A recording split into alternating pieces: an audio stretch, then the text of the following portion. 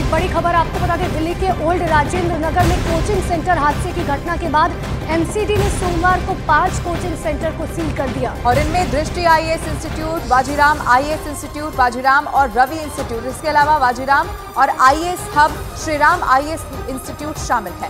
MCD ने Karol Bagh zone के old Rajendra Nagar में कोचिंग सेंटर के बाहर अवैध अतिक्रमण को भी हटाया है और इसके साथ ही प्लेटफॉर्म और रैंप को भी ध्वस्त कर दिया गया है। एमसीडी सभी जोन में बेसमेंट में नियमों का उल्लंघन करने वाले कोचिंग सेंटर और अन्य संपत्तियों की पहचान करने के लिए बाकायदा एक सर्वेक्षण अब कर रही है। दिल्ली की मेयर शैली ओबरॉय ने बताया कि दिल्ली में अब तक 20 कोचिंग सेंटर सील किए जा चुके हैं।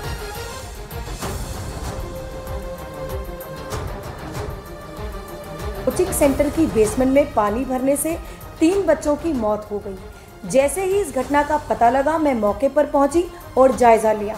इस दुखद घटना को देखते हुए एमसीडी कमिश्नर को मैंने एक लेटर लिखा जिसमें निर्देश दिए कि दिल्ली में जितने भी ऐसे कोचिंग सेंटर हैं जो अवैध तरीके से चल रहे हैं, जो जितने भी एमसीडी के नियम और कानून हैं उनका उल्लंघन कर रहे हैं, उन सब पर एक्शन लिया जाए। दूसरा, जो परसों घटना हुई उसके जितने भी जिम्मेदार ऑफिसर्स हैं उन पर भी कार्रवाई की जाए। तो अब लगातार एमसीडी का एक्शन इस पूरे मामले पर देखने को मिल रहा है। आपको ये भी बता दें, एक सर्वेक्षण चलाया जा रहा है जिसमें बेसमेंट में जो कोचिंग संस्थान बने हुए हैं जो कि नियमों का पालन नहीं कर रहे हैं, उनकी जांच की जा रही है और बाकायदा सील करने की कार्रवाई भी लगातार की जा रही है।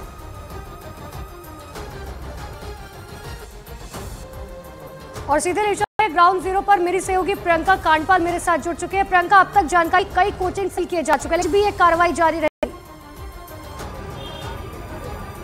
जी बिल्कुल, आज भी ये कार्रवाई जारी रहेगी। एमसीडी की तरफ से एनक्रोचमेंट ड्राइव्स चलेंगी और जिस जगह पे इस वक्त हम मौजूद हैं, ओल्ड राजेंद्र नगर का बड़ा बाजार, ये राउस स्टडी सर्कल, जहां पर ये घटना होने के बाद ये तमाम चीज़ें सामने होती हुई नजर आ रही है। यहाँ पर आप देखेंगे जो एस्पिरेंट्स हैं वो अभी भी प्रोटेस्ट पर यहाँ पर बैठे हुए हैं अपनी मांगों के साथ। ये तमाम छात्र यहाँ पर बैठे हुए हैं जिनका कहना है कि कंपनसेशन से लेकर एमसीडी कमिश्नर, एमएलए, एमपी तमाम लोग आए, माफ़ी मांगे और अपनी गलतियों को सुधारें। नहीं सुधार पाते हैं तो रिजाइन करें। इसके साथ साथ ही बेसमेंट कल्चर, क्योंकि जिस तरीके से ये घटना हुई तो बिल्डिंग बायलॉज जो हैं वो ये कहते हैं कि बेसमेंट में स्टोरेज और पार्किंग, इन दो के अलावा कोई और काम नहीं किया जा सकता। अगर पार्किंग के अलावा आपको स्टोरेज भी करनी है तो उसकी भी जानकारी आपको एमसीडी में देनी होती है। लेकिन ये पूरे सर्कल्स जो फिलहाल बने हुए हैं, जो यूपीएससी के अगर हम कहें कि फिलहाल एस्पिरेंट्स के लिए हब बने हुए हो, चाहे मुखर्जी नगर हो, चाहे पटेल नगर हो, राजेंद्र नगर हो, यहाँ पर बेसमेंट में किस तरीके से सेंटर्स को रन किया जा रहा है और उसी के चलते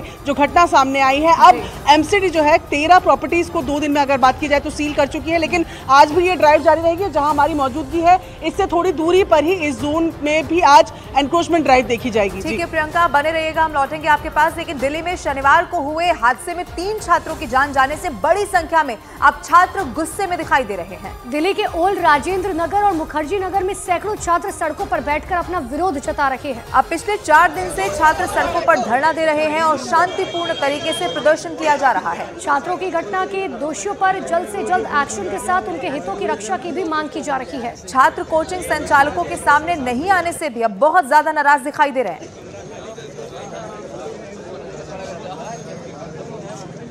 फिलहाल मेरी मौजूदगी ओल्ड राजेंद्र नगर में है और मैं हादसे की उसी जगह पर खड़ा हूं जहां पर 3 लोगों की जान गई। और फिलहाल ये तस्वीर दिखाना इसलिए जरूरी है क्योंकि लगातार जो यूपीएससी अभ्यर्थी हैं वो ये कह रहे हैं कि उनका अधिकार है, उनको प्रोटेस्ट करना है, लेकिन यहाँ पर पुलिस के तमाम आला अधिकारी यहाँ पर समझाने की कोशिश कर रहे हैं। डीसीपी सचिन शर्मा यहाँ पर मौजूद हैं, वो यहाँ पर छात्रों से कह रहे हैं कि आप प्रदर्शन को खत्म करिए, लेकिन छात्रों का इसमें कहना है कि उनका अधिकार है, उनको प्रोटेस्ट यहाँ पर करना है।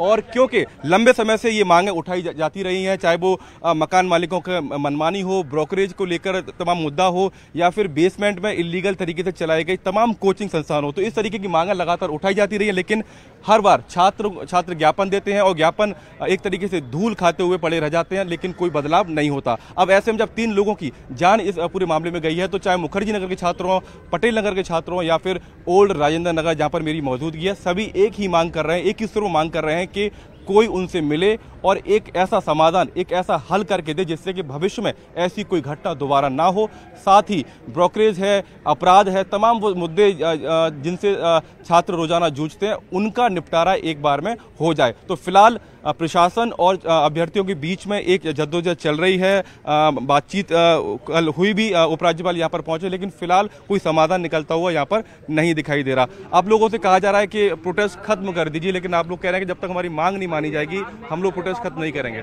हाँ, ये तो बिल्कुल कहा जा रहा है। In fact they are trying to sideline the protest. वो कह रहे हैं कि आप रोड क्लियर कर दो। अरे रोड क्लियर कर दें तो प्रोटेस्ट तो खत्म ही हो जाएगा। फिर हम लोग का फिर इतना एफर्ट जो हम लोग 3 दिन से मार उसका क्या फायदा? ये भी तो बहुत जरूरी है देखना। फिर हमारे और कह रहे हैं जजमेंट आज आने वाले, पहले जजमेंट आने दो, एक एक करके हमारी डिमांड्स पूरी होने दो। हम लोग कहीं जाने वाले नहीं है। हमने पहले भी देखा कि मुखर्जी नगर में करीब 8 महीने पहले एक आग की घटना हुई, उसके बाद जांच के आदेश दिए गए। जांच क्या हुई ये आज तक पता नहीं चल पाया और इसी तरीके से लगातार छात्र इन मुद्दों को उठा रहे हैं। और प्रियंका इस वक्त लाइव हमारे साथ मौजूद है। प्रियंका, जो छात्र प्रदर्शन कर रहे हैं उनकी मांगों को मानने की क्या प्रशासन की कोई कोशिश यहाँ पर नजर आती है? देखिए, जो मांगे हैं जिनमें साफ तौर पर 5-6 ये मांगे हैं छात्रों की, जिसपे कंपनसेशन से लेकर और रिस्पॉन्सिबिलिटी सेट करने की बात की जा रही है, जो शायद सबसे अहम है। यहाँ पर हम लगातार यही बात कर रहे हैं कि एमसीडी के बिल्डिंग बायलॉज क्या कहते हैं और उसके तहत ये जो काम यहाँ चल रहा है, जो पूरे अगर मैं आपको एक बार आपको पैन करके दिखाती हूँ जहाँ पर हमारी मौजूदगी, वहाँ पर कितने कोचिंग सेंटर्स आपको नजर आ रहे हैं। क्या ये तमाम कोचिंग सेंटर्स नियम कानूनों का पालन कर रहे हैं? क्या जो लॉज बताए गए हैं, जिस तरीके से बेसमेंट की बात हो कि बेसमेंट में आप कोचिंग सेंटर्स नहीं चला सकते, लाइब्रेरी नहीं चला सकते, वो केवल पार्किंग और स्टोरेज के लिए इस्तेमाल होने वाली है। ये तमाम चीजें हैं जिसको लेकर जो छात्र हैं वो सवाल उठा रहे हैं। यही नहीं, रूम रेंट जिस तरीके से मनमाना इनसे वसूला जाता है, सेफ्टी सिक्योरिटी की किसी तरह के आश्वासन के अलावा, तो ये तमाम मुद्दे हैं जो छात्र यहाँ पर उठा रहे हैं, जिनको वो उठाना चाह रहे हैं। लेकिन फिलहाल अगर मैं बात करूं तो एमसीडी की तरफ से अगर क्या कार्रवाई हो रही है उस पर अगर बात करें तो इस घटना के बाद कल और परसों 2 जगह जो एनक्रोचमेंट ड्राइव्स हैं वो चलाई गई हैं। एनक्रोचमेंट ड्राइव इस वजह से भी, जैसे आपको अगर मैं समझाऊं तो अगर आप ये पूरा इलाका देख रहे हैं जो सीमेंटेड है, ये सीमेंटेड जो पूरा इलाका है, इसके नीचे ड्रेनेज सिस्टम है।